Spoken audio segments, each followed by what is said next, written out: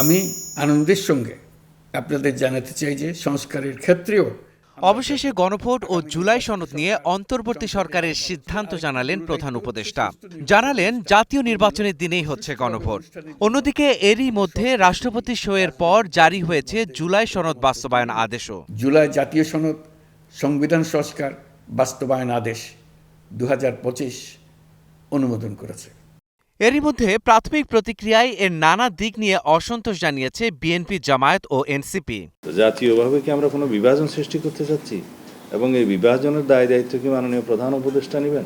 তবে সরকারের অবস্থানকে স্বাগত জানাচ্ছেন বিশ্লেষকরা। তারা বলছেন দলগুলোকে এখন অসন্তোষ ভুলে নির্বাচনে মনোযোগ দিতে হবে। সবাই খুশি হবে না, কেউ দুঃখ পাবে, কিন্তু দুঃখ পেলেও তাদের সবাইকে একটা জায়গায় মনে রাখতে হবে যে এই ডেমোক্রেটিক ট্রানজিশনে না গেলে, এই ট্রানজিশনটা যদি কোনো কারণে বাধাগ্রস্ত হয়, এটার ফলাফল কারোরই জন্যই ভালো হবে না, ক্ষতি করা হবে। ইলেকশনটা যদি ডিলেইড হয়ে যায় তাহলে আস্তে আস্তে যাদের বিরুদ্ধে তারা আন্দোলন করেছে তারা শক্তিশালী হবে, তারা স্কোপ তৈরি হবে তাদের জন্য, সেটা বোধহয় কোনোভাবেই তারা চাইবে না। সুতরাং তাদের, আমি মনে করি যে দে আর ওয়েস্টিং টাইম। এই জায়গাটা চ্যাপ্টারটা ক্লোজ করে কোন নির্বাচনের দিকে মনোযোগ দেওয়া উচিত। গণভোটের সাবজেক্ট ম্যাটারটা নিয়ে একটু প্রচার হওয়া উচিত, ভালো প্রচার হওয়া দরকার। মানুষের বোঝা উচিত যে কী নিয়ে সংস্কারটা হইতেছে, এবং সেটার জন্য আমি মনে করি যে ভোটের দিনেই এটা করা ভালো। এদিকে 4 বিষয় হচ্ছে গণভোট, আর 1 প্রশ্নে দিতে হবে হ্যাঁ বা না ভোট। তবে 4টি বিষয়ে মত দ্বিমত দুটোই থাকলে কি হবে, উঠেছে এমন প্রশ্ন।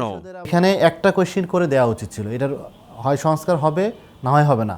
যদি সংস্কার হয় বা যদি সংস্কারের এই যে কনস্টিটিউশন সংস্কারের যে গাঠনিক ক্ষমতা, এটা যদি জনগণ এই পরিষদকে দিয়ে থাকে, পরিষদ তখন আবার বিতর্ক করে দেখবে, সেখানে সিদ্ধান্ত নেবে যে তারা এই যে 40-42টা যে কয়টার উপরে তারা ঐক্যমত্যে পৌঁছেছেন তার মধ্যে কয়টা সর্বোচ্চ ভোটে জিতে আসে।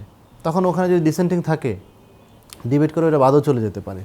মানে ভোট দিলেই যে সবগুলো একেবারে হয়ে যাচ্ছে এমনটা না আর কি।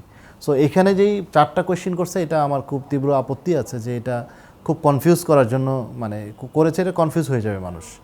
এছাড়া জুলাই সনদ বাস্তবায়ন আদেশ রাষ্ট্রপতির স্বাক্ষরে জারি হওয়া নিয়ে সাংবিধানিক বা নৈতিক কোনো জটিলতা আছে কিনা তাও জানিয়েছেন এই আইনজ্ঞ। এটা একটা চমৎকার প্রক্রিয়া ছিল যে সংবিধানের একটা গাঠনিক ক্ষমতা দেয়া।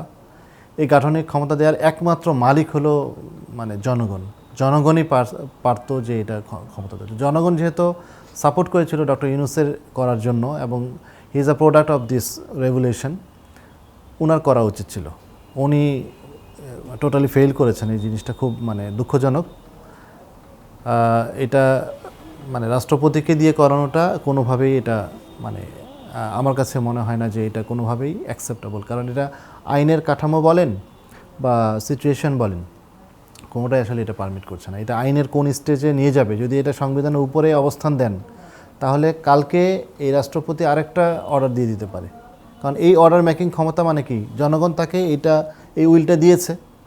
কালকে যদি উনি গিয়ে বলেন যে এই সব ইনস্টিটিউট সব মানে অবৈধ, তখন তো আপনি এইটা যদি স্বীকার করেন ওইটাও আপনাকে স্বীকার করতে হবে। So it is very dangerous in my eyes. নির্বাচিত সংসদের 180 কার্য দিবসে সনদ বাস্তবায়নের কথা বলা হলেও নির্ধারিত সময়ে তা না হলে কি হবে এ নিয়েও নেই সুস্পষ্ট নির্দেশনা। মাহাদি হাসান, স্টার নিউজ, ঢাকা।